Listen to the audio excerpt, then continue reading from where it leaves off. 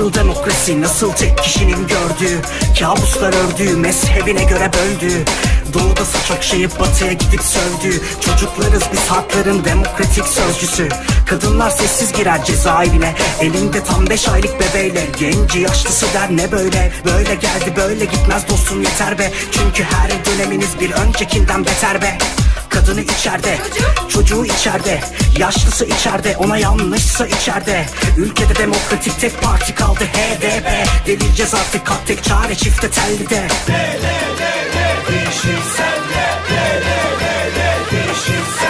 Dostum, kardeşim ve yoldaşım, bak buraya kulak ver bana.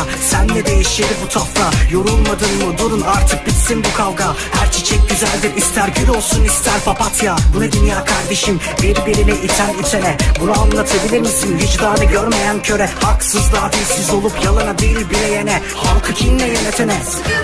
Dur de.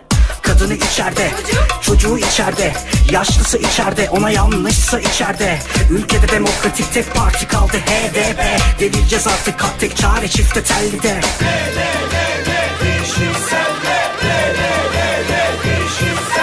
Dostum, kardeşim ve yoldaşım, buraya bak ve gör beni. Senle değişir bu düzen, bu yozlaşmış iktidar artık çeksin elini. Sence yeteri kadar yürütmedi mi, kurutmadı mı dereyi? Unutmadık Uluderi'yi, unutmadık baskıları. Ankara tren garında yitip giden canları. Unutmadık katliamları, kurutmadık kanları. Her yerde ceset torbaları varken sizde cümbüş alayı.